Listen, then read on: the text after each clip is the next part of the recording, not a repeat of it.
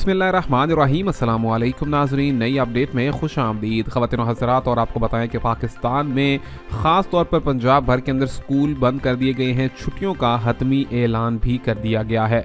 आपको बताएं कि यहाँ पर वज़ीर आला पंजाब जो हैं उन्होंने ऐलान जारी किया है और वज़ीर तालीम की जानिब से नोटिफिकेशन भी जारी करने की हिदायत जारी कर दी गई हैं। आपको बताएं कि छुट्टियाँ जो तालिब इल्मों को दी गई हैं उसके बारे में क्या बताया गया है, मज़ीद तफसीलात आपको बताएंगे इस वीडियो में। लेकिन आगे बढ़ने से पहले आपसे गुजारिश भी करेंगे, हमारे यूट्यूब चैनल को सब्सक्राइब करें, वीडियो को लाइक करें और घंटी के निशान पर क्लिक करना मत भूलिए। ख़वातीन हज़रात, आपको बताएं कि लाहौर में स्मोक के और फोग के खतरात बढ़ते जा रहे हैं, जिसको देखते हुए अब यहाँ पर छुट्टियों का ऐलान कर दिया गया है।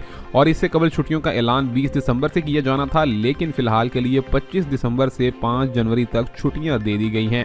छुट्टियों में मजीद इजाफा भी किया जा सकता है, ये कहना है वज़ीर तालीम का, लेकिन उसके पीछे कोई ख़ास मकसद या वजह भी बताई जाएगी।